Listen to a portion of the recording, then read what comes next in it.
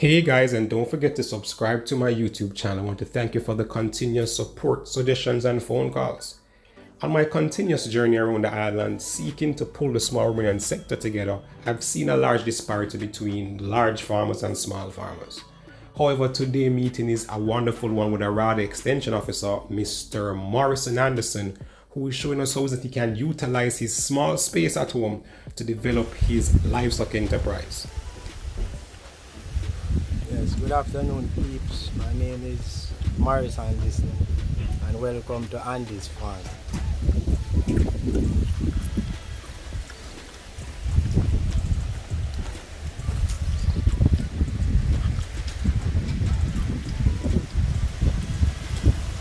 So Andy, you see you have cattle and goat. Why? Well, really over the years, my true interest has always been in goat farming. But because of previous loss, I actually shift a bit to cattle. But goats is really where my love is, and I really wanted to show other persons what they can do in different ways. So I actually changed from more of an extensive farming to an intensive goat and cattle rearing. So here you can see where I actually set up some houses to make it much easier for farmers and make it easier to really reach to the animals, refeeding, and easier access to cleaning the pens and so on. So that shift from the extensive to the semi-intensive or intensive, give me some of the key benefits you get from doing that. Well, to be honest, persons will tend to say that it's more labor intensive, but to me, who really have a 8 to 5, it's really much more easier for me. Whereas I really spend most of the weekends to gather feed and bring it in, and then like during the evening when I come in back from work, I'll prepare the feeds for the animal. Okay. As it relates to worm, I have far less worm problems. So because the animals are not now allowed to graze, and the areas that I normally go and get their feed is not really exposed to other animals, I can now say that the worm load is far less. Okay, perfect. All right. So how about the effect on the predial lasting? Is it the same, or you see much better results because the animal is closer to you? Or man still try come? Well, I have not yet had any problem with predial lasting having the goats inside. Okay. Now, when I used to have them on a free range basis, there was a lot of persons. I would say that they would study the farmers, know their every move, because most of the times they would go in one location on a day-to-day basis. So they would sit there and wait on the farmers or the animals, and either they tie them up or they just lead away the animals. Those animals that would stray away, so the farmers might not be in that area at the time, so they would just take away those animals. I have seen cases where they actually kill the farmers. Yes, I've heard about that. And still take the animals. So it is far more risk going out there with the animals than just going out there to acquire the feed to bring to the animals. Understood. I'm not really thief your grass from you. Alright, so what's the main purpose of this goat operation though?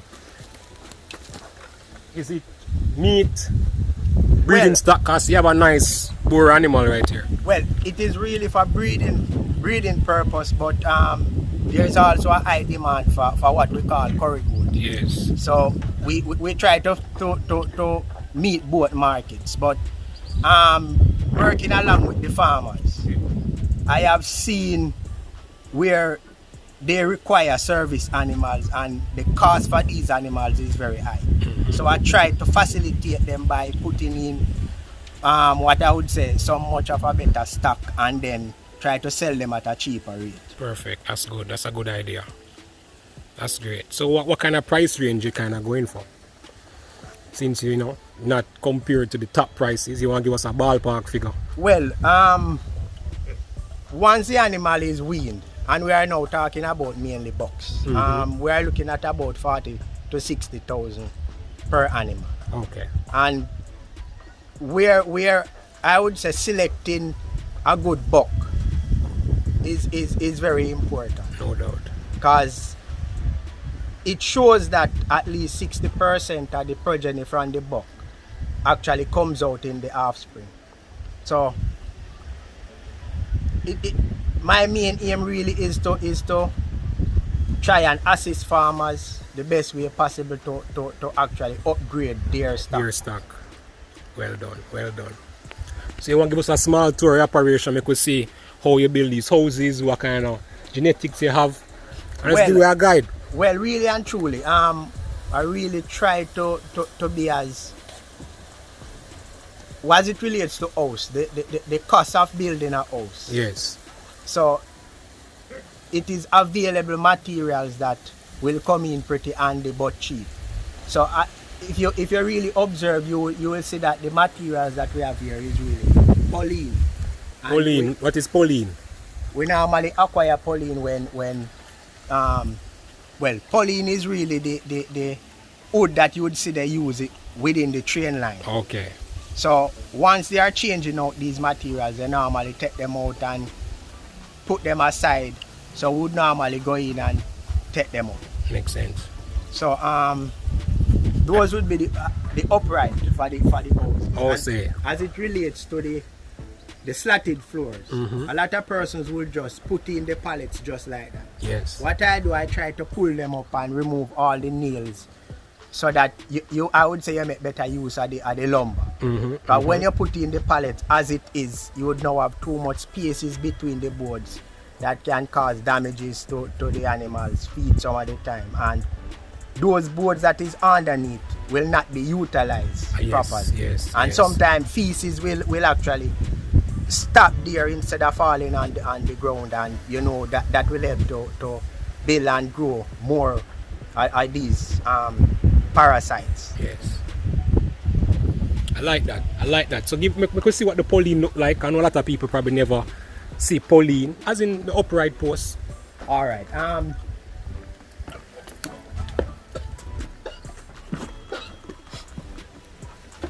So sometimes, remember, these Paulines are already used, so sometimes you might get them and the quality is not that good. So once it is not good, you might only be able to cut it in two, or you might not be able to cut it because the center might be hollow. Okay. But the outer part would be strong enough, and I really think it is much stronger than you going out there and cutting a lumber from a tree.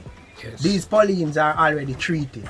Yes. So they would serve you for years, even though the inside of it is hollow. Hollow, okay. So if you get it and it is really in a good condition, you can cut it in four, like this one. Okay, so you cut this one like 2 times. Yeah. I get So you. you would get 4 upright from it. I get you.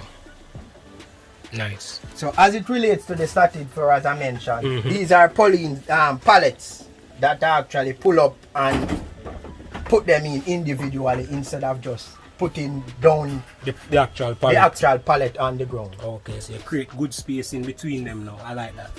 So uniformity is very important as it relates to how the feces go through. Now, I have some simple designs here. If you observe there, that would be a basket. A basket. Yes. We like it make out a bird spring one. Exactly. Perfect. So perfect. you are actually utilizing materials that they would have thrown out. Yes, I like that. I like that. I have a creep area here.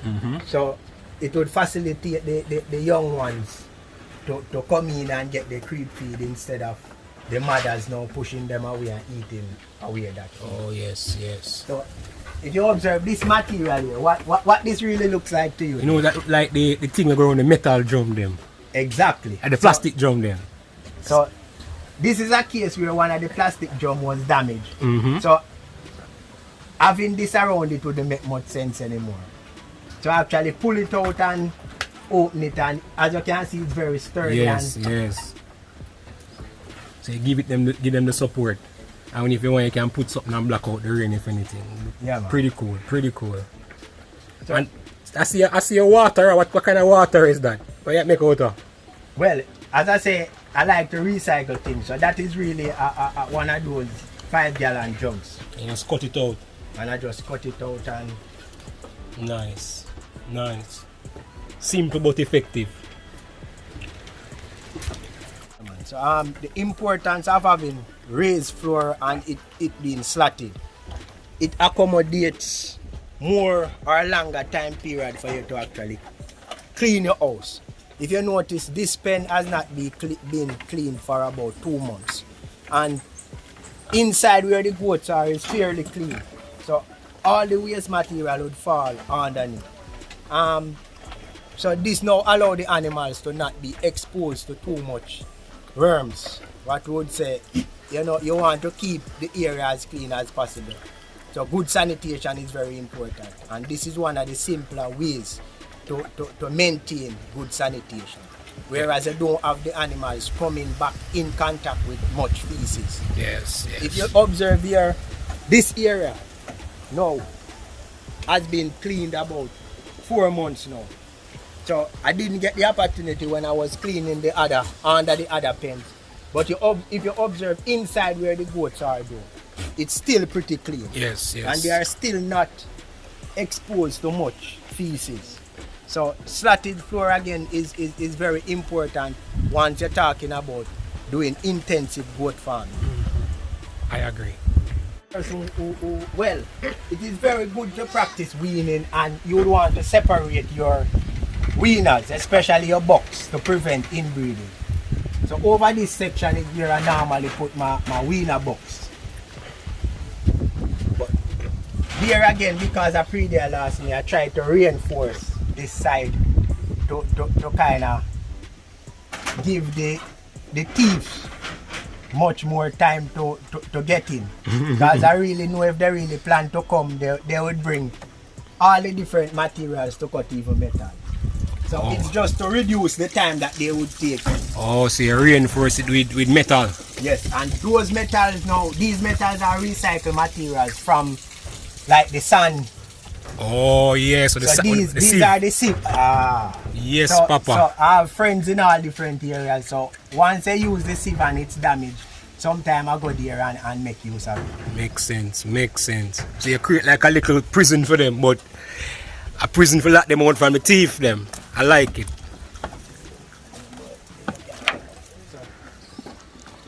The buck, I really put the breeding buck closer to my side.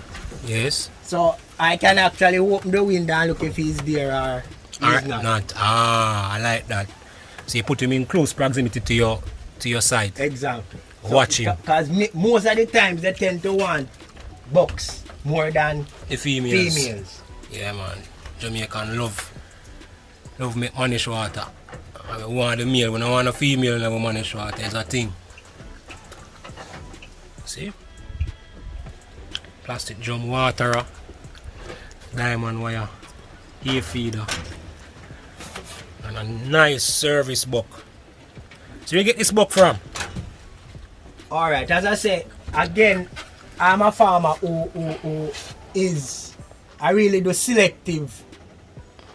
selection when I'm actually selecting my animals. This buck actually came out of a lot of 3 kids, so the mother actually had 3 offsprings. Yes. But this one was the smallest one, and because of nutritional problem and competition then, it didn't grow as fast as the other 2. So what do you think happened there? I got it at a cheaper price, but the genetics is already there from the mother and the father. So you come on your farm and express that genetic potential. Exactly. Alright, farmers, you hear that? And could be the smallest of the lot, but once you put the environment right, this is what you get. It's a solid animal. Solid. And I can show you the offspring that is giving me now. Did we see the offsprings?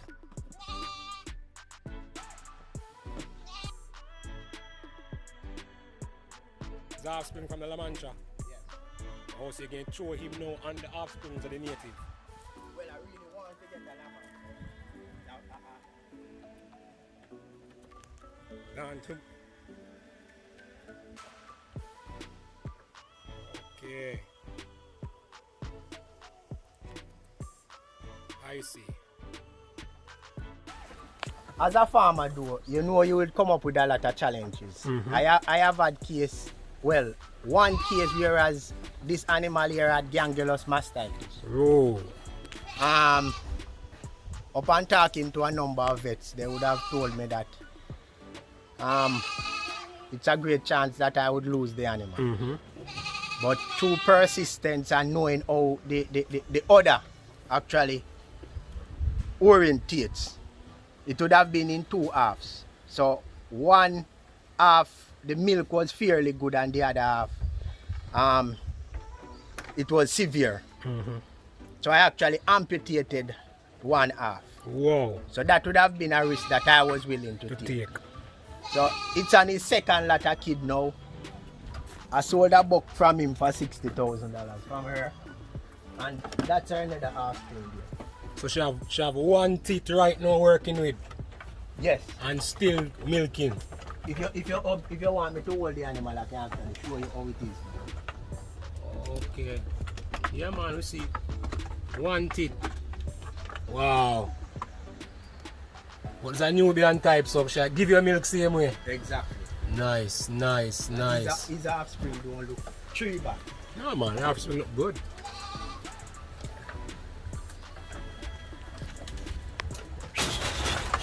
Yeah, the offspring look good. How old is this offspring? He's a little over 2 months. Little over 2 months, yep. And his father is the sire over here. Yeah. Okay. I'm training some nice kids, man. Really training some nice kids. Alright, I'd always like this breed, which is the La Mancha. The La Mancha. So a farmer gave me this one, and I tell myself that I'm going to get a male. Yes. So I'm going to use the male on this one to get some more La Mancha, and use the La Mancha on the native animal. If you notice, I have one here. Yes, I see you with your one native. And it has 2 females. Nice. So I'm going to use that La Mancha ram on this native animal. The native. Well, I already put her to the butt there, but the offsprings, I want to use the La Mancha ram, because you know La Mancha is really a milk breed. It's a milk breed, yes. And I'm going to show you her offspring. So you get La Mancha from, man, that's like one of the hardest breeds to find out here. You're lucky. You're one of the few farmers that go and miss them have actual La Mancha on them farm. Well, being an extension officer, I really come across a lot of farmers. Oh, he's an extension here, could rather. Yes, man. Amazing. Don't tell me say the livestock officer. So you teach them, man. So the La Mancha, as I said, is really a milk breed, and I'm going to show you his offspring, where I'm observing that it grows much faster than the others with the boar buck. So just give me a minute, let me run in these. Yeah, man, no problem. Because I really think organization is very important. How you organize and how you utilize your small space is very important. So this is my small space. This complete property is a little over half acre. Little over half acre. Little. And I have over 20. It's about 22 cattle and near about 30 something goats. Goats. And I see all have pig too. So you do everything is a real old McDonald farm. Yes, man, and I'm also a beef farmer. And also a beef farmer. But I never ask you a very important question. How you feed them? I know you cut and carry, but what is it? What is your secret to keep them in such a good condition? Alright, just follow me and let me. They look good.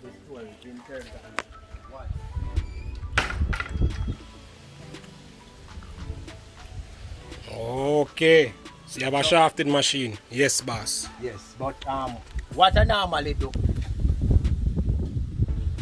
at times I would say it's based on what is available. So availability is very important. Availability is very important. So what I have here using now is really sugar cane. Okay. Now, this is for your cattle. Yes. So I don't bother to draft that. This is good enough for the cattle.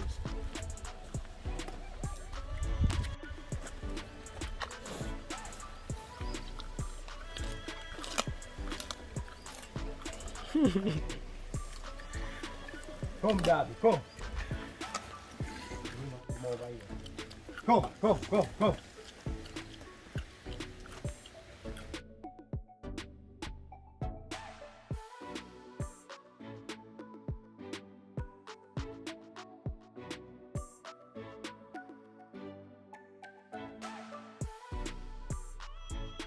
I say on weekends. Okay. So you cut up your sugar cane and put it down, store it. So weekend you spend your time To acquire your feed. For the animals. Makes sense. So guinea grass, because of the rain the other day, we have a lot of guinea grass now. So between guinea grass and lucina, that's really what I give the goats now. But the sugar cane is really for the cattle. For your cattle. Get you. But the other day, you know, we had a lot of guango berry, and I think some amount of research should be put into this. The guango berry in grass, I would give them some amount of concentrate. But once I have guango berry, I don't give concentrate. Yeah, the pod is excellent. What I know for sure, farmers are there, I would say they are scientists. I agree with you. Animals will perform differently in different locations, even if the nutrition is the same. Yes. Because I have been to farm whereas persons have animals that is purebred, or they say that it's purebred, or the bloodline might be stronger. But you go on farms that the nutrition is better and that animal performs far better than that one that they would say the bloodline is strong. Because I know for sure you might not have a what we say purebred animal here in Jamaica. So it's very important to understand your location and try and select your breeding stock from the animals that perform better. Well within said. your location. Well said. So I could show you. Well, probably I'll leave that to see. So for your feedlot operation, how you run these bulls? What we can try to achieve and how long it normally take you? Well, as it relates to the bulls, normally I would not target a weight because we don't use a scale down here. What we really do, we average, whereas we can get say between 150 to 180,000 per annum. Okay. And we sell directly to butchers. Directly to the butcher. Okay. Fair. And these animals will take fairly up to 18 to 2 years to bring you into carry to that weight range where you want to make the money that there. cost. I get you. Alright. 18 months to 2 years. Fair. And if you see the raise crab. You all raise crab too. The first me I see this, you know.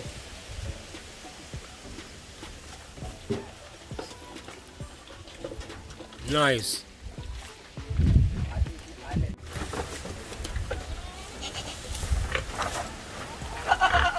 And this is a sugar cane.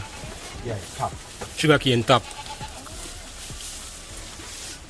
Again, farmers, you need to try and stock your animals based on what we would call dominancy. Sometimes they tend to say by the size, but you will have some smaller animals that is more dominant. Yes, yes. So you want to stock your animals based on dominancy so that you have less damages from them damaging each other. Yes, yes, yes.